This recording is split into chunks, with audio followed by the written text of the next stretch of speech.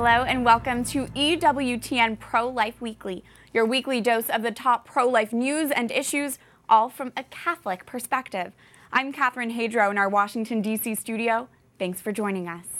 In this week's show, we introduce you to a hospital just steps away from Christ's birthplace, serving children and mothers in need. We speak out against an abortion group celebrating pro-abortion men. And this.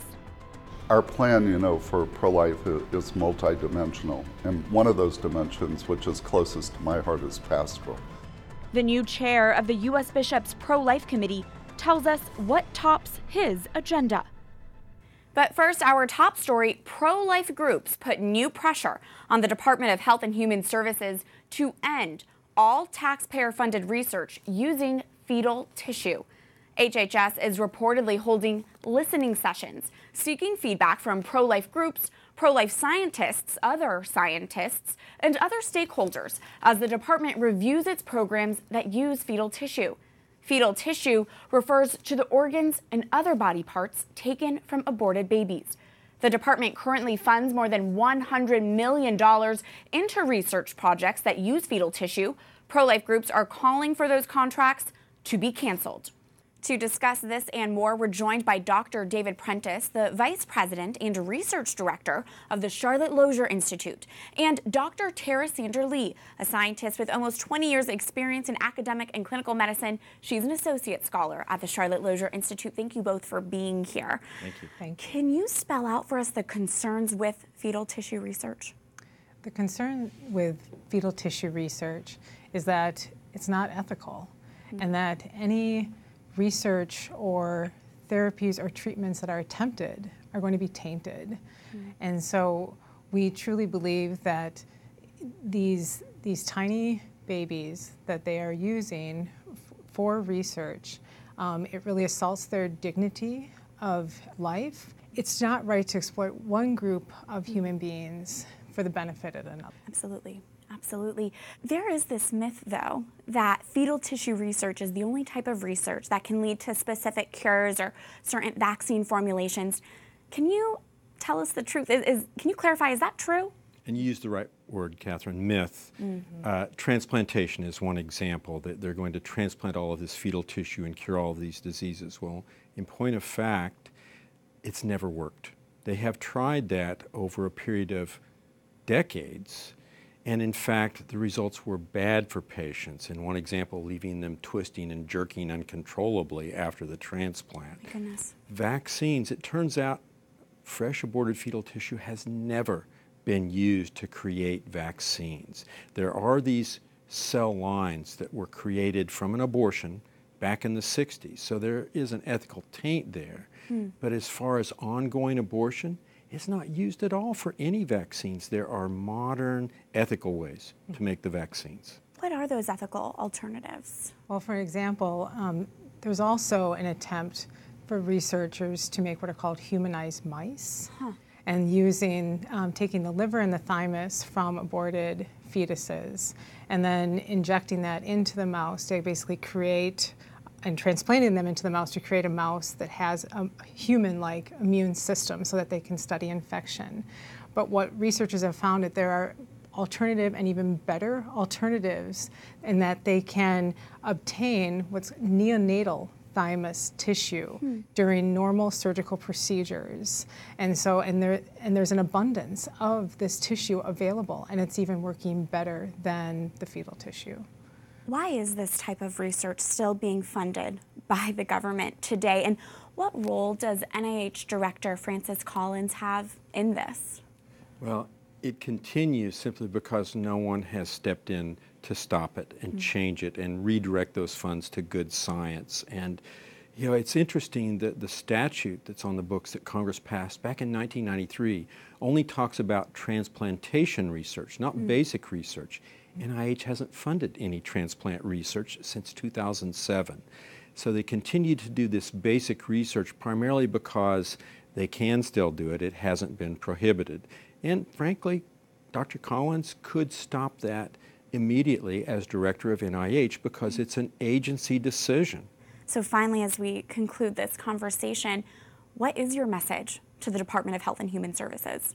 We really encourage them to redirect the funds that are currently going to research for using fetal tissue towards other more ethical measures. So for example, they could direct them towards institutes that are only conducting ethical research, like using adult stem cells. The other thing that we encourage them to do is redirect these funds to maybe establish some type of procurement agency or tissue bank in which investigators and researchers that want to use alternatives can have easy access to these tissues. Because right now, I think one of the big hurdles for researchers is that it's more difficult to obtain ethical means sometimes than it is to obtain the fetal tissue. We are so grateful to be joined by two excellent pro-life scientists. Thank you both for being here, Dr. David Prentice and Dr. Tara Sander-Lee. Thank you. Thank you.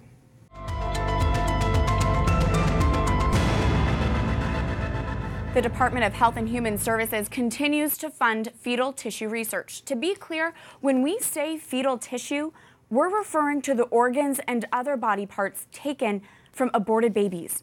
Any money that goes towards the trafficking of aborted baby body parts is abhorrent, and no taxpayer dollars should go towards it. With that in mind, we go to this week's call to action. Go to prolifeweekly.com and sign our petition, calling on the HHS department to end all taxpayer-funded research using fetal tissue. The National Institutes of Health, which is a part of the HHS department, funds research involving these grisly experiments to the tune of nearly $100 million. We should expect a pro-life administration to end all such contracts. Let's send a clear and strong message that we do not support the taxpayer funding of research that uses the body parts of innocent unborn babies. You can sign this pro-life petition by going to prolifeweekly.com. Turning now to our next story, which has a connection to this next liturgical season. As we prepare for Advent, we introduce you to a pro-life mission just 1,500 steps from the very birthplace of Jesus Christ. The Holy Family Hospital in Bethlehem is a Catholic teaching hospital operated by the Order of Malta, a Catholic lay religious order. This Holy Land hospital serves the poor and at-risk women and children in the West Bank of Palestine with state-of-the-art maternity and a neonatal critical care center. It treats all those who seek care regardless of religion or the ability to pay. We are joined now by the president of the Holy Family Hospital of Bethlehem Foundation, Michele Burke Bowe, who also serves as the Order of Malta ambassador to Palestine. Thank you so much for being here. I'm glad to be here. Thank you for inviting me. Ambassador Bowe, for those of us who may not have heard of this hospital or have not traveled there, what should we know about it? It's a place of everyday and wonderful miracles.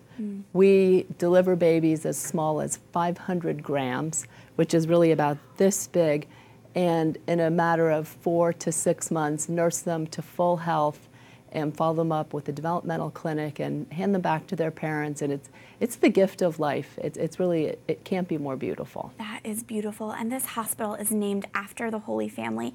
How do you see the Holy Family living on in the hospital's work? Well, it lives on in a very visual way. We have statues of the Blessed Mother everywhere. And so many people come to pray in the courtyard or to take their wedding pictures in the courtyard. I see lots of young women when I go to the Nativity Grotto praying, hoping I can tell they're very young for a baby. And it lives on in the name of St. Joseph in that fathers in Palestine are extremely present. There's always a dad and usually a granddad and an uncle in tow. And so we see so many beautiful images of babies with their mothers and their families, their fathers, and it just reminds me every day of the Holy Family when I see them. Oh my goodness, you're making me want to go visit right now. That's incredible. But Ambassador Bowe, given the conflict that is happening in that region, what sort of challenge does the hospital have in bringing together people of different faiths and religion and serving everyone? Well, you know, we look at the challenge that we have there, the political challenges, the economic challenges, as our grace. And so what we do is we employ 170 Palestinians, and they are Muslim and they are Christian, and they are working together to produce the gift of life. Oh my goodness. And what role does the Order of Malta have specifically when it comes to this hospital? Can you give us some of the backgrounds there? Well, it's a bit of a long background, but the Order of Malta started 900 years ago in a hospital. People who are members of the order, you can hear them be called knights or dom, but really they're called hospitalers, people who take care of the sick and the poor. And we started to run Holy Family Hospital as an infant and maternity hospital almost 30 years ago. And we've delivered, I think, around 85,000 babies. This year we're on tap to deliver 4,700 babies. Oh my goodness. Little bundles and miracles of life. And it's just such a visual reminder of how Christ came here as a baby himself. He did.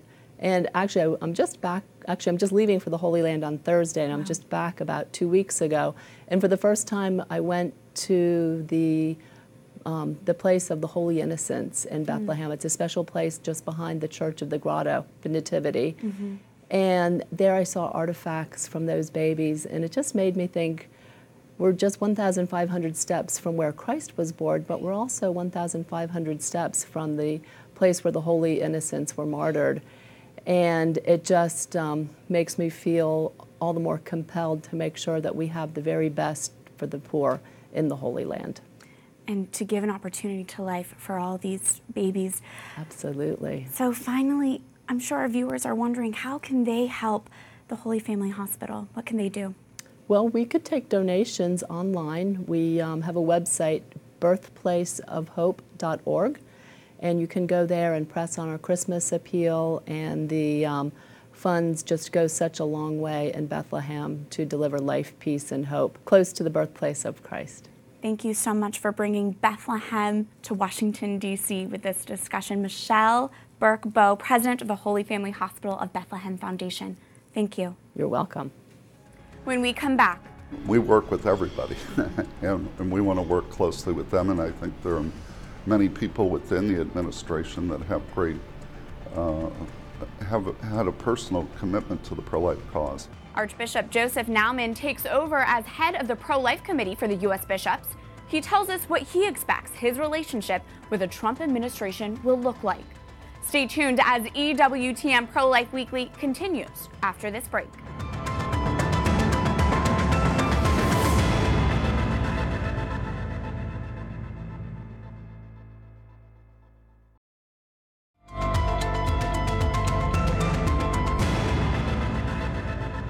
Welcome back to EWTN Pro-Life Weekly. I'm Catherine Hadro.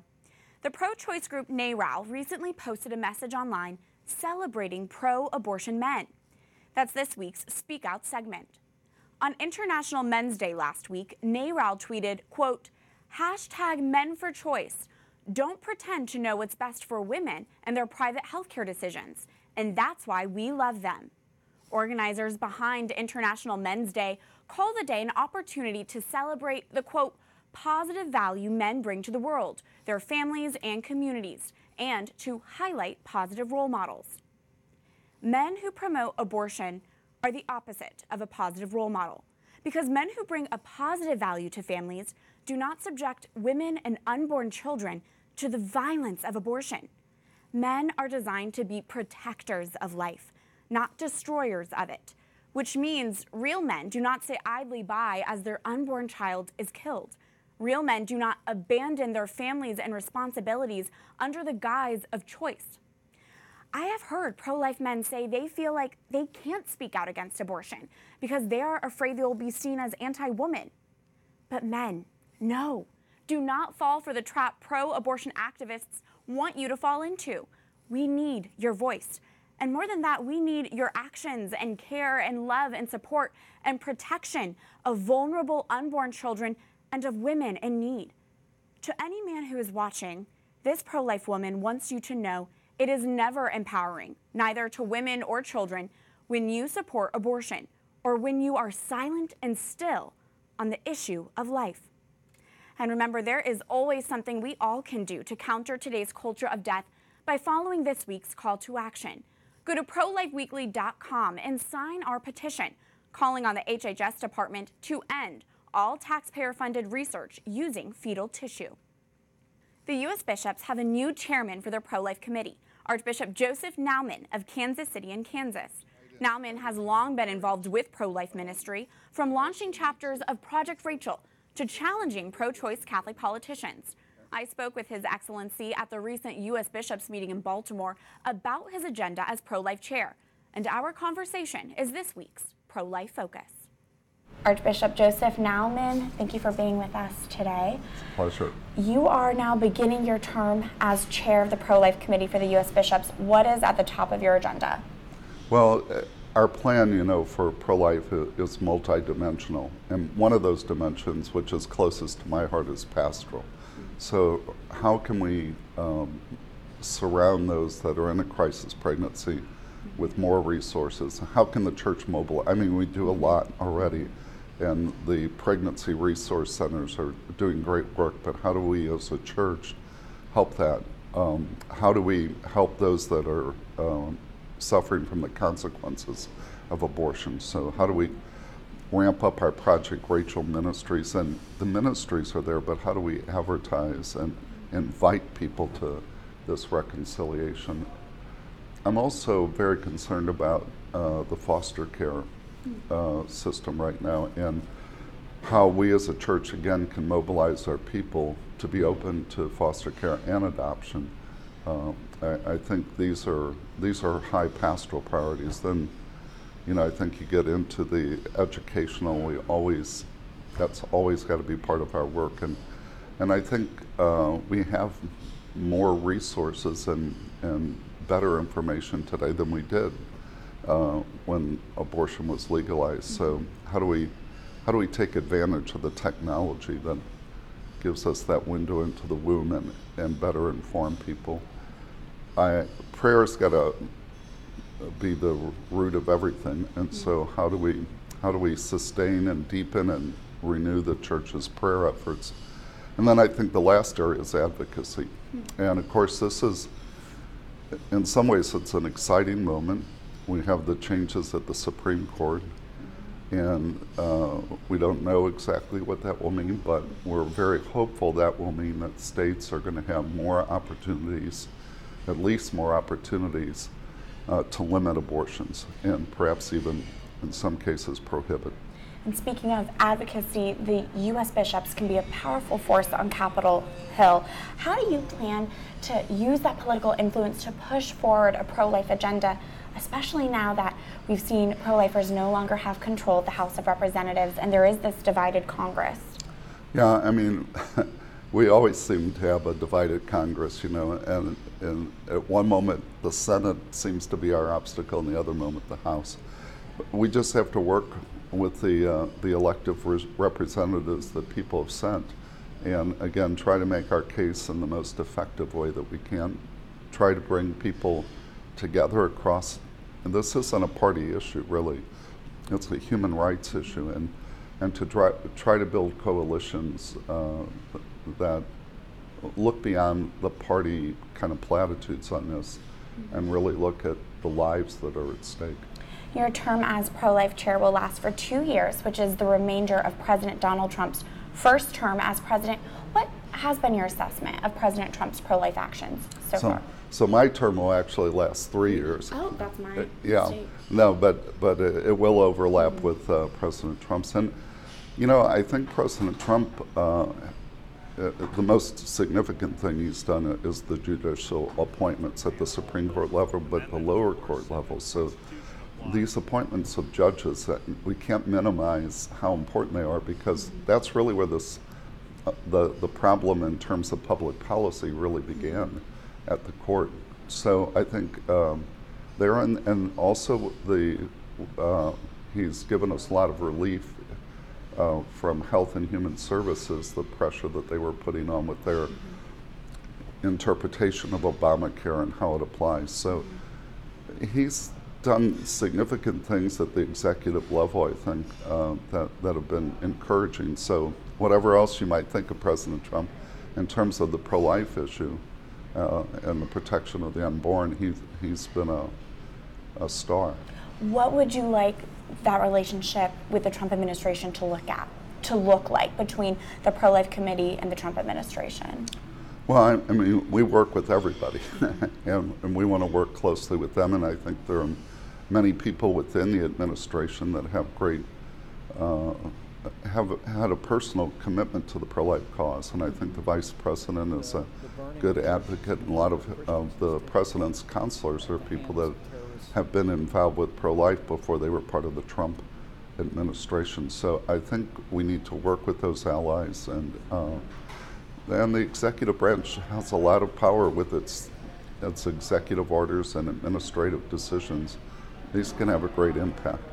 And finally, Your Excellency, right now the church is dealing with a clerical sex abuse crisis. Its moral authority has been undermined. How do you, as chair of the Pro-Life Committee, plan to evangelize on the church's teachings on life, which are already unpopular, and many people have lost trust in the church? Well, I think we have to respond to the current crisis, and we have to regain the trust of our people in some cases. You know, I think actually what the church has done since 2002 has been significant, and a lot of that's getting confused in the current debate. But I think we need to strengthen what we're doing and how we respond to victims, no matter how long ago. And you know, it's a pro-life issue. It's the dignity of the human person, and wherever that's diminished, and if it's diminished by a representative of the church, then we have to correct that. So I think people, we have to be accountable in that area. We have to do better, but we can't stop speaking the truth and speaking the truth with love. And the truth, it's never a popular moment, but I think we can't allow ourselves to withdraw from this public discourse. We have to speak the truth with love.